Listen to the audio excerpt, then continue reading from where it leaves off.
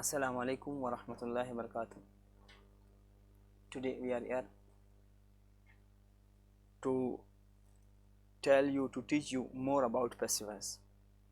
इससे पहले हमने passive voice के एम्स एंड ऑब्जेक्टिव्स हमने डिस्कस किए थे।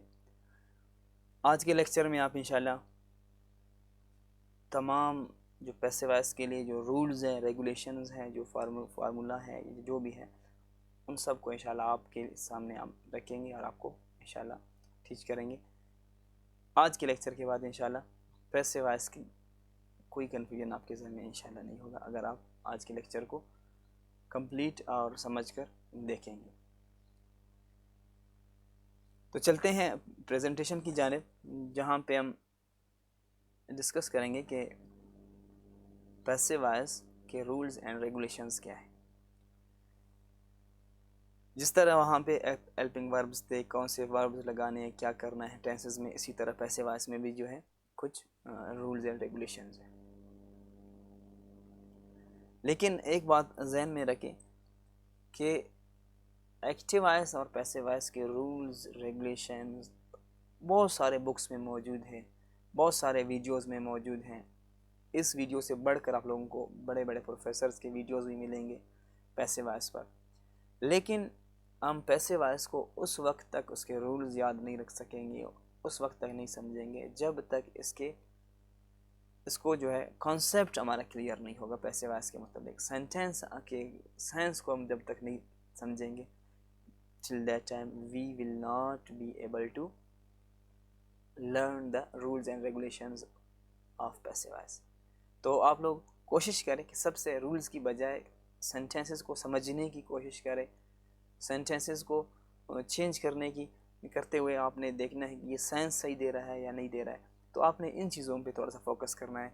देन इंशाल्लाह आपको ग्रामर की कोई रूल की भी इंशाल्लाह ज़रूरत नहीं हो। लाइक आप देख सकते हैं, अक्सर मैं कहता हूँ कि उर्दू की हमने समझ लिया है, तो अभी हम एक्टिव वॉइस भी बोल देते हैं, पैसिव वॉइस भी बोल देते हैं। इवन हमें पता भी नहीं होता है कि ये एक्टिव वॉइस है, पैसिव वॉइस है, लेकिन हम बोल देते हैं बिकॉज हमें समझ आता है। हमें जो है साइंस जो है, हमारा जो साइंस है वो इस मामले में क्लियर है, हमें समझ आ जाता है, इसलिए हम इसको कर सकते हैं। इसी तरह if we try to understand, if we try to if you our concept will be clear, so inshallah we will be able to write, we will be able to speak passive voice very fluently and easily। इसके बाद कुछ rules हैं, जो passive voice के rules हैं वो आज हम इंशाल्लाह डिस्कस करेंगे। सबसे पहला जो रूल है, जो मैंने पहले भी लेक्चर में भी डिस्कस किया था, कि सब्जेक्ट की जगह पे जो जुमले के शुरू में होता है, जो डूअर ऑफ एन एक्शन है, वो जो है यहाँ से उठकर ऑब्जेक्ट की जगह पे चला जाता है। यानी सब्जेक्ट को हमने ऑब्जेक्ट में चेंज करना है, इसी तरह फिर ऑब्जेक्ट को हमने जो है सब्जेक्ट में चेंज करना है। यानी जो सब्जेक्ट है उसको उठाकर ऑब्जेक्ट की जगह पर लेकर जाना है, और ऑब्जेक्ट है उसको उठाकर हमें सब्जेक्ट की जगह पर लेकर जाना है। सबसे पहला जो चेंजिंग है वो पैसिव वॉइस में ये लाजमी करना है। दूसरा, ऑब्जेक्ट को उठाकर हमने सब्जेक्ट की जगह पर लेकर जाना है। ये दो रूल्स उसके हो गए, ये बिल्कुल ईजी है। जो तीसरी जो बात है वो ये है कि थर्ड फॉर्म में, जैसे कि टेंसेस में हम कभी फर्स्ट फॉर्म, कभी सेकंड फॉर्म, कभी थर्ड फॉर्म, कभी आईएनजी फॉर्म यूज़ करते थे, लेकिन याद रखें पैसिव वॉइस में there is always third form of verb is used. Passive voice में हमेशा जो है थर्ड फॉर्म जो है यूज़ होता है, ना फर्स्ट ना सेकंड। तो हमेशा जो है पैसिव वॉइस में अपने जहन में क्लियर कर ले कि आपने हमेशा पैसिव वॉइस में चेंज करते हुए आपने थर्ड फॉर्म में, अगर वो फर्स्ट फॉर्म है आप उसको थर्ड फॉर्म में चेंज करेंगे, सेकंड फॉर्म है आप उसको थर्ड फॉर्म में चेंज करेंगे, आईएनजी फॉर्म है आप उसको थर्ड फॉर्म में चेंज करेंगे, अगर वो थर्ड फॉर्म है तो आप उसको थर्ड फॉर्म में रहने देंगे। इसी तरह थर्ड फॉर्म के फ़ौरन बाद आपने जो है बाय यूज़ करना है। जैसे कि Ali कुक्स food, food is cooked bye Ali, तो हमेशा वर्ब के बाद, third form of the verb के बाद बी वाई बाय के ब्रैकेट में लिखा हुआ है, वो आपने लाजमी यूज़ करना है वर्ब के बाद। ये लाजमी है अब इसमें पैसिव वॉइस में। इसके बाद बाज़ औक़ात अगर ऐसा होता है कि सब्जेक्ट मेंशन नहीं है, तो फिर आपको बाय भी यूज़ नहीं करेंगे, आप सब्जेक्ट को भी यानी ऑब्जेक्ट को एक जगह पर लेकर जाएंगे उसको। जैसे कि food is cooked bye Ali, आप इसको नहीं लगाएंगे, तो फिर बाय को भी आप रिमूव करेंगे, अली को भी रिमूव करेंगे। इसी तरह जो पांचवा है रूल इसका, perfect continuous and future continuous tenses are not change. ये बात ध्यान में रखें कि पैसिव वॉइस में जो है वैसे 12 टेंसेस थे, लेकिन पैसिव वॉइस 8 टेंसेस का बनता है। तमाम सिंपल टेंसेस, तीनों सिंपल टेंसेस है वो उनका हो जाएगा, ठीक है। तीनों जो है परफेक्ट टेंसेस है उनका हो जाएगा। Perfect tenses present perfect, past perfect और future perfect. Present simple, past simple और फ्यूचर सिंपल, इसको इंडेफिनिट भी कहते हैं। तो ये 6 सेंटेंसेस हो गए। इन 6 के होते हैं, फिर प्रेजेंट कंटिन्यूस और पास्ट कंटिन्यूस इन 2 के होते हैं, ये हो गए 8।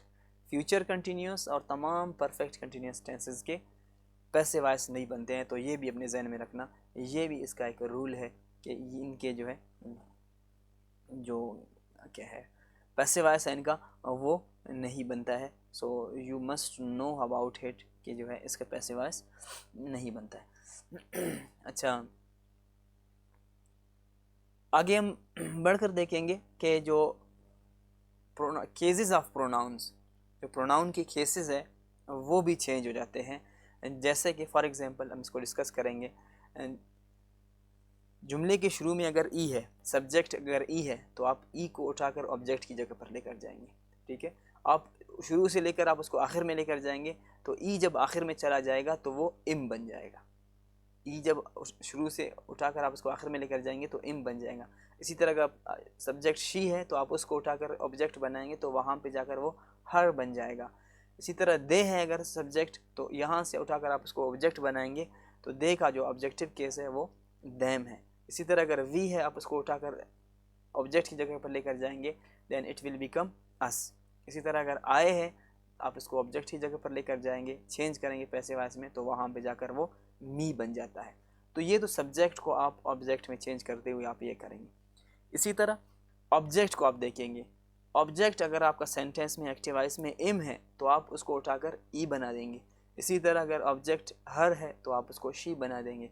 अगर वो देम है then it will become they. If it is us then it will be change into we. If it is me then it will be change into I. तो ये प्रोनाउन के केसेस भी जो है आपने चेंज करने हैं। ये क्योंकि सब्जेक्टिव जो प्रोनाउन में आप लोगों को टीच किया था, अगर आपको इस यहाँ पे समझ नहीं आ रहा है तो so you can watch our second lecture which is of pronoun के लेक्चर को आप देखेंगे तो आपको ये चीज़ें समझ आ जाएंगी कि सब्जेक्टिव केस क्या होता है, ऑब्जेक्टिव केस क्या होता है। यानी जब काम करने वाला होता है तो वो सब्जेक्ट है, अगर अफेक्टेड थिंग है, पर्सन है, तो फिर वो ऑब्जेक्ट बन जाता है। तो इसी तरह ये जो है हमें प्रोनाउंस को भी हमें इसी तरह हमने चेंज करना है, ये भी लाजमी है पैसिव वॉइस के लिए। जैसे कि देखिए एक्टिव वॉइस में अगर आए है तो वहाँ पे जाकर पैसिव वॉइस में बाय मी बन जाएगा। अगर एक्टिव वॉइस में वी है तो वहाँ पे जाकर पैसिव वॉइस में चेंज करते हुए बाय हस, ठीक है। अगर यू है तो वहाँ पे बाय यू हो जाएगा। अगर ई है तो वहाँ पे बाय इम हो जाएगा। अगर शी है तो वहाँ पे बाय हर हो जाएगा। अगर हिट है तो वहाँ पे बाय इट हो जाएगा। अगर दे है तो वहाँ पे बाय देम हो जाएगा। जैसे कि I cook food, food is cooked by मी।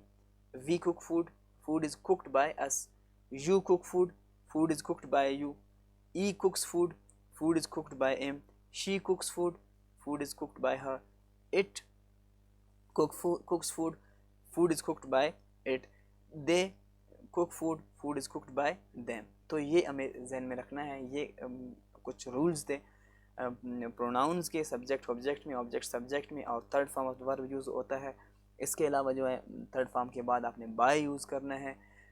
ये कुछ चेंजेस थे। और प्रोनाउन के जो अक्सर होता है थोड़ा सा ये कॉम्प्लिकेटेड, ये प्रोनाउंस का होता है, तो इसको आपने समझना है। So this was all about changing and rules and regulations of passive voice.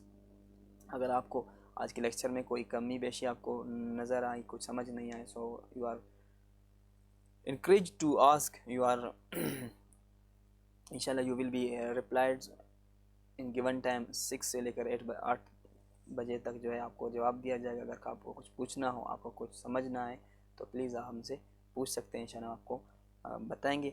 बाकी इसके आज के इस लेक्चर के मतलब आपको एक्टिविटी सेंड किया जाएगा। बाकी आपको एक्टिविटीज़ सेंड किया, कम्युनिकेशन के वीडियो सेंड किए जाएंगे, आप लोगों को मिलते जाएंगे।